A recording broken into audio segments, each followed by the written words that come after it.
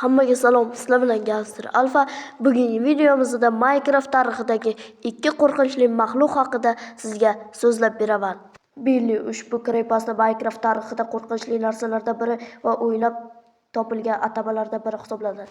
U mod yoki boshqa narsa yordamida qo'shilgan.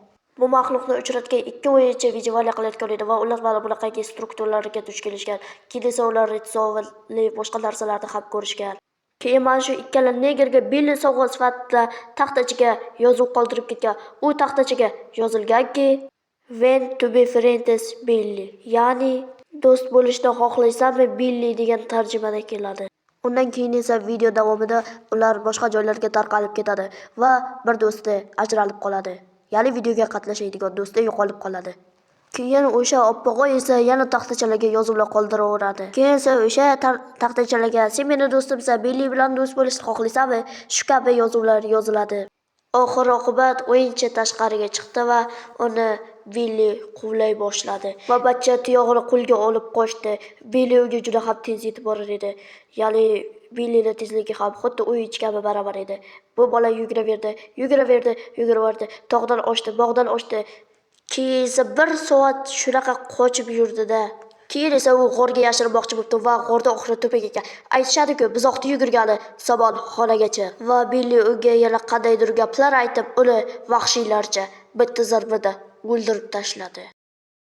Can't Sleep ushbu maxluq Minecraftdagi qo'rqinchli tarixiy narsalardan biri hisoblanadi.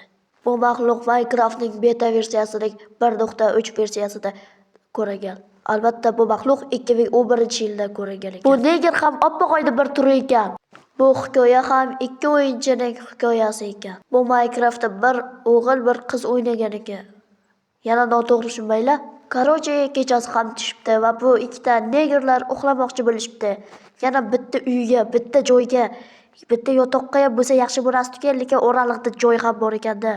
Qaroche bu ikkalasi endi uxlamoqchi bo'lganda yotoqni bosganda atrofda maxluqlar bor deya yozuvlar paydo bo'lardi. Yana ikkalasi erinmasdan maxluqlarni o'ldirib kelishga boribdi.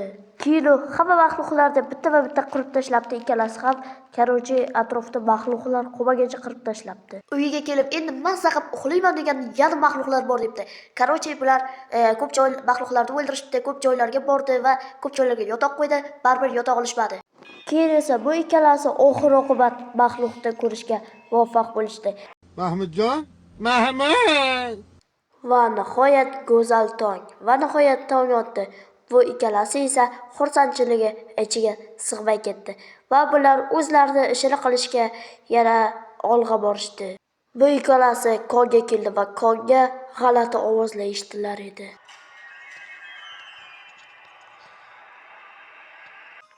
Va oradan ancha vaqt o'tib yana qorong'i tushdi. Bu ikki neger yana uxlashmoqchi bo'lishdi. Bu safar maxluqlar yo'q deb o'ylashdi. Va ular uxlashmoqchi bo'lib, kravatni ustiga bittadan bosib qo'yishdi. Lekin baribir uxla olishmadi. Monsterlar bor degan yozuv ularni hech qachon tinch qo'ymas edi. Va ular aylanib kelishga qaror qilishdi. Ya'ni o'zilar agorochasiga.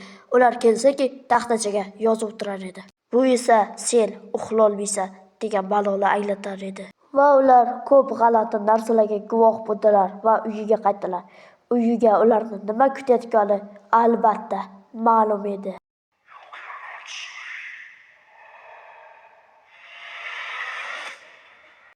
Qisqa shuki, o'ynashmagan arbob bilan arbob so'rar shapaloq bilan.